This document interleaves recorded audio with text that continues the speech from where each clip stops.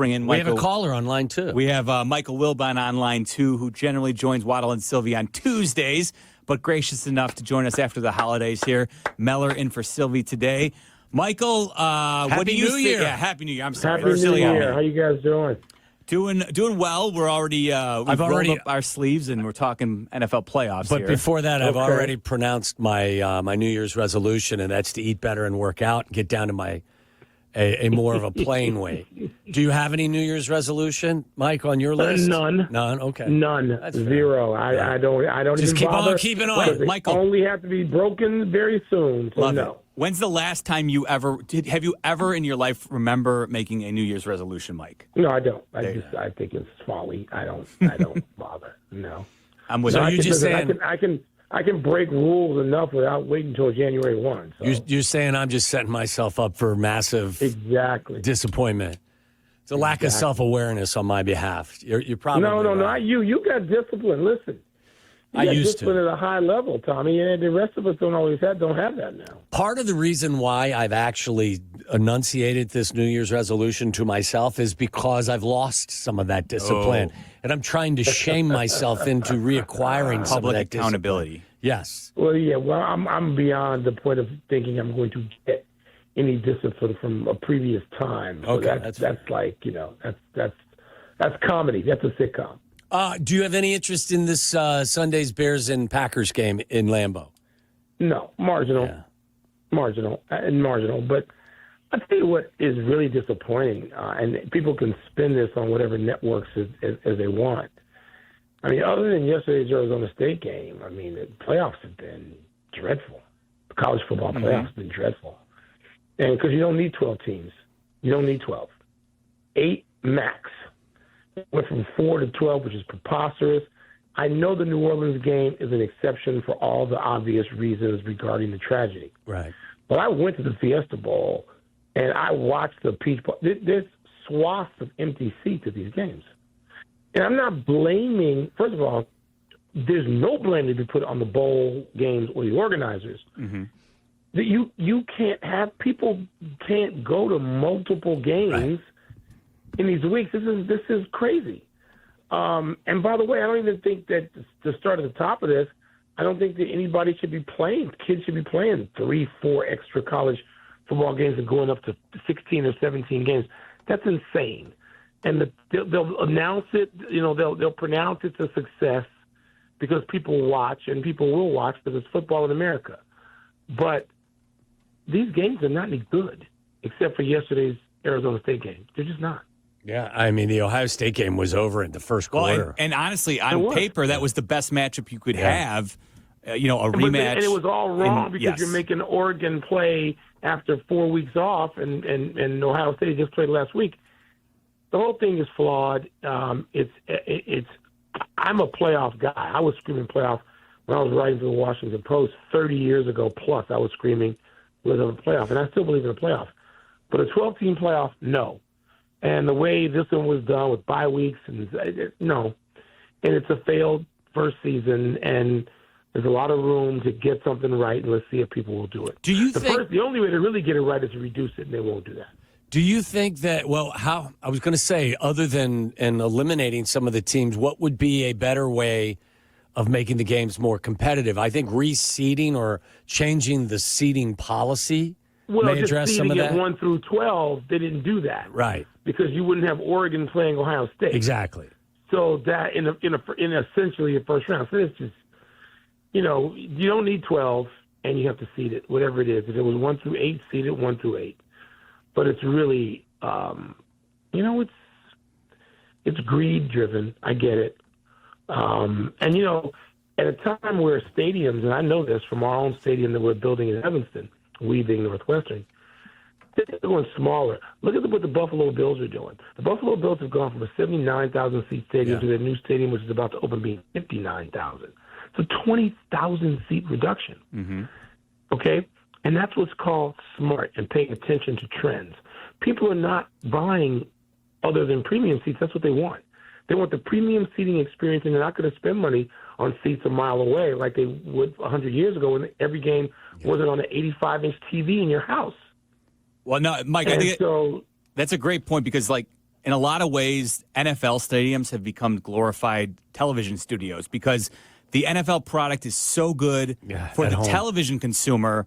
But if you're not, to your point, Mike, in those premium seats, that's right. What is the appeal to go? Yes. So the NFL stadiums, the NFL teams who are always ahead of all this stuff, they understand. Oh no, there's no more. Jerry Jones built the last, ego-driven stadium, and he did it because we get as many Super Bowls as he can. And there'll be a handful of stadiums that get that, but these stadiums. I mean, the new Washington Stadium, whatever it is, it sounds like it's going to hold about 50, like 50. Yeah. Not 80. And Nobody's doing that. And by the way, the owners are not. So anybody that isn't up to speed on some of this, it is a very interesting concept. The owners are not eschewing more revenue. What they're doing is they're just going to charge more for a better visual experience is what they're doing. The seats are going to have better sight lines. You're going to have more room. The experience is going to be upgraded, which they believe is the reason why they're going to be able to enhance the cost. Yeah, absolutely, because it'll all be premium seating, but you've got to reduce it because you don't have 100,000 people who can afford premium seating. Right. You will in certain colleges. There's a dozen college situations where the experience will be what it's been for 100 years, Michigan, Penn State, Tennessee. But even college now, no, they're going another way. They're going a different direction. Because as college becomes a model, or is modeled after the professional experience, whether it's NIL, I mean, the people that can produce that experience at that level and whatever it costs, they're the ones that are going to be ahead. And so, this experience is not going to be for everybody. Right. And I don't, the sooner that's understood, the better. We'll see how long it takes. Segue back into the Bears real quick. I think that I was going to ask you about how you would describe this Bears season, but within the context and talking to you going all the way back to before the season kicked off, your expectation level was lower. I mean, you were looking for improvement on a week-to-week basis. So now 17 weeks in, 16 games in with one final to go, how would you describe the 2024 Bears season? Well, it was a failure on the level that the coaching staff in place could not rally a team after the Hail Mary. They failed miserably. And that includes the people still there. I mean, it includes the interims. They couldn't emotionally rally the team. And, we've gotten so into the analytics and into the X's and O's and the strategies and all of that, Tommy, you know this because you played at the highest level.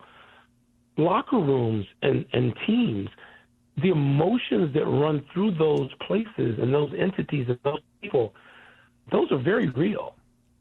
And if you don't have leaders who can get a hold of that, I don't care how talented the people are, you're not going to perform at a level that means a damn thing. And at 4-2, about seconds from being 5-2, a snap from being 5-2, the Bears season turns out completely differently if they just win that game. My bet is they beat Arizona and New England, the easy part of the schedule, the fat part of the schedule, and then we'll see. They might have then gone ahead and not tanked. They might have gotten beaten up that next stretch of the 5 games that they lost. And even those games they lost in the last play, like 4 of the 5. Mm-hmm. But there was a coaching staff in place that could not get that. And you could tell Eberflus couldn't get it. He didn't get it. He didn't get it any of his public utterances. He kept talking about things that didn't indicate that he understood what he was up against. I understood it. Maybe I've been in more locker rooms and more sports than he has. I've seen locker rooms tank with great players in them because the emotions of that place got away because somebody suffered a humiliating defeat or a humbling defeat or just a defeat that dismantles the team. I've seen that in every sport. And if people don't acknowledge that exists and it's very important and it's often more important than the analytics of the situation, then they're just too dumb to pay attention to the reality of competition. You compare what the Bears did coming off the loss to the Commanders to what a lot of teams face adversity. But look at what the Broncos did. Remember when they lost at Kansas City on a blocked field goal after, You know, Yeah. it was Kansas City was undefeated at the time, yes. remember? Do you know what the Broncos did the following month? They won all 4 games. But that was a football loss. A blocked field goal can happen. The Hail Mary, that wasn't a football play. That was you ever been involved in a loss like that, Tommy? I don't think I ever have. Yeah. But That's not the catch at the end of the game on Canada to Dwight Clark. That's not that. That was a failure on multiple fronts. Yeah. But The coaches failed the team. Teammates failed each other, one in particular, and they couldn't rally from that. That's not in any way like the Denver loss. Not in any way to me. But it is so symbolic of a team that was fragile, and it was. But I think all teams are fragile. Not championship teams. So Kansas City wouldn't respond. But a team just trying to build, of course, it's fragile. What team wouldn't be? Any team that has not proven itself can be two things: one, fragile, and then even if you're fragile, and this gets to my bigger point. If you are fragile, how do you respond? Who do you get to do? Who does that? Who's in charge of that? Well, I think that there's a responsibility for coaches for sure, but there's also a responsibility as a professional athlete that even if I've got a bunch of dumbasses in my coaching ranks, that I got to have more leadership inside my locker room and more intestinal fortitude as a man, individually, all 53 guys, that we're not going to let even a dramatic loss like that, a punch to the gut, ruin our entire season. I couldn't agree with you more, but it did. I think because they didn't have that. Well, and they weren't led there. They had no leadership in that direction at the top. And I think the coaching staff. I think that speaks to a problem that flies in the face of all of this culture talk that has come out of that building over the course of the last 4 months about what kind of great culture we have here. There's no culture. There was no culture yet. No. Cultures don't get built in a year. No. They get built in, 20. Look, we can go back and get the tape. What did I say to you guys the day after the loss to the Commanders? Oh, yeah. No doubt. They were done. Wins. None. Yeah. None. No more wins. And there's going to be no more wins. I hate to be this right on that. But again, the only reason I can be this right on that, and it ain't any special talent on my part, I covered sports for 45 years. I've been in rooms, man. I was around the Cleveland Browns when they lost those games, and they lost in ways that were tough to come back from. They would come back each season only to have another one. The Bears kind of did that in a microcosm. They kind of did rally, Tommy, after they came back, not after the New England and Arizona, but then they lost those 3 consecutive games on the final play. The last play of the game, Minnesota, Detroit, Green Bay. They battled. They did battle. They weren't good enough to overcome it. But I spent my whole life in locker rooms where people suffered loss. Look at the Buffalo Bills. Look at what happened to them historically. Close loss, Super Bowl. Not so close loss, Super Bowl. Blowout Super Bowl, mega blowout Super Bowl. You can't tell me one of those things doesn't affect the other, because it does. Mm-hmm. It's a human condition. And we don't pay any attention to that now. Let's on with the analytics. And we don't pay attention to what affects sports from the time we're kids. Kids don't bounce back from losses. Or they do, because they got great coach/teaching. But we don't pay nearly, that open of wide world sports. The thrill of victory, the agony of defeat, the human drama of athletic competition. It's not just poetry, even though it's poetry. But we're too dumb as a culture. Speaking of cultures, as a big fat culture, this country, our sports playing culture, we're too dumb to realize how much that affects the day-to-day outcome of games we play. Michael, before we let you go, obviously the Bears will turn their attention to their coaching search. A lot of the names out there: Ben Johnson, Mike Vrabel, Cliff Kingsbury, Joe Brady, Brian Flores, Aaron Glenn, Liam Cohen. Any of those names out there, or maybe someone I didn't list off, that has your interest piqued? I like most of those names you mentioned in some form or another, in concert with. I like Ben Johnson. I think it'd be hard to find somebody right now who doesn't like Ben Johnson. I like Mike Vrabel in concert with, a quarterback whisperer. Who's that person? Who would he want to bring in? Who would the team insist he bring in? Brian Flores is interesting, even though he had issues. I said interesting. I didn't say he'd be the first guy on my list. Mm-hmm. Kingsbury, in concert with. Who's he come in with? I've seen mentioned as head coaching candidate Ron Rivera to have another shot.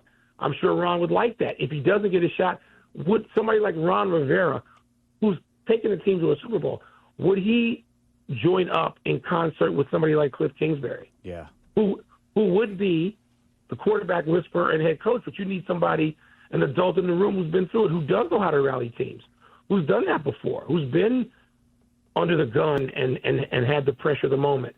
Are any of these magical and automatic? No, they're not. But I like several of those, and if you ask me to rank them today, I guess I'd say Ben Johnson. I don't know if I should like Ben Johnson more than Kingsbury. Yeah. Kingsbury's had a chance as a head coach. It didn't go well. But do you want the guy who's on his second chance as opposed to his first? So there's a lot of questions to be asked. Yeah. And the Bears are already onto this. Let's not be nice. They've been in contact on every single person who's a serious candidate that they can be. And, I hope they got to get it right. They've got to get it right. And Ryan Poles leading the way. This is his responsibility. He's got to get this right. And he's not the last word. There are people above him, a president and an owner. But that's what great general managers do. We can look at it in every sport. That's what they do. And I hope the Poles is up to that task. Amen to that. Absolutely. Michael, thanks for hopping on Thursday. We appreciate it. Happy New Year. All right, you guys. Happy New Year. Talk to you soon. You got it.